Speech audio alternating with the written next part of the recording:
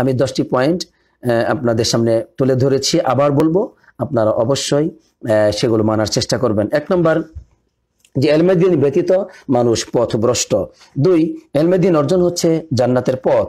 3, ইলমে দ্বীন অর্জন হচ্ছে আলহামদুলিল্লাহ আল্লাহ তাআলার কল্যাণের পথ, মানে আমার আপনার জন্য আল্লাহ কল্যাণ চেয়েছেন, বুঝবো কিভাবে? যদি ইলমে দ্বীন অর্জন করার তৌফিক পাই। 4 নম্বর হচ্ছে ইলমে দ্বীন অর্জন হচ্ছে সম্মান ও মর্যাদা অর্জনের পথ, আলহামদুলিল্লাহ। 5 নম্বর, ইলমে দ্বীন অর্জনের পথ হচ্ছে মৃত্যুর পরেও জীবিত থাকার পথ, মৃত্যুর পরেও আমল যা ধারাবাহিকভাবে অবশিষ্ট থাকে।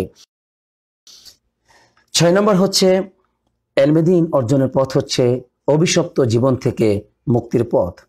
7 নম্বর, ইলমে দ্বীন অর্জনের পথ হচ্ছে আলহামদুলিল্লাহ রিজিকের পথ, রিজিকে বরকতের পথ, আলহামদুলিল্লাহ। 8 নম্বর, ইলমে দ্বীন অর্জনের পথ হচ্ছে সবচাইতে শ্রেষ্ঠতম রিজিক, আলহামদুলিল্লাহ, যা হচ্ছে জান্নাতের রিজিক। জান্নাতকে আল্লাহ তাআলা রিজিক বলেছেন, আর সেই রিজিক ইলমে দ্বীন অর্জনের মাধ্যমে আল্লাহ তাআলা মানুষকে দিবেন। 9 নম্বর হচ্ছে ইলমে দ্বীন অর্জনের গুরুত্ব হলো যে যখনই আপনি ইলমে দ্বীন অর্জন করবেন তখনই আল্লাহ তাআলাকে ভয় করতে পারবেন। এছাড়া কোনো দিন আপনার মধ্যে ভয় আসবে না, সত্যিকার মুমিন আপনি হতে পারবেন না। হয়তো বাহ্যিকভাবে আপনি কিছু আমল করবেন, কিন্তু ভিতর থাকবে ফাঁকা, সেখানে আল্লাহর ভালোবাসা, মহব্বত, ভয়ভীতি থাকবে না, নাউজুবিল্লাহ। কেন? আপনার জ্ঞান নাই।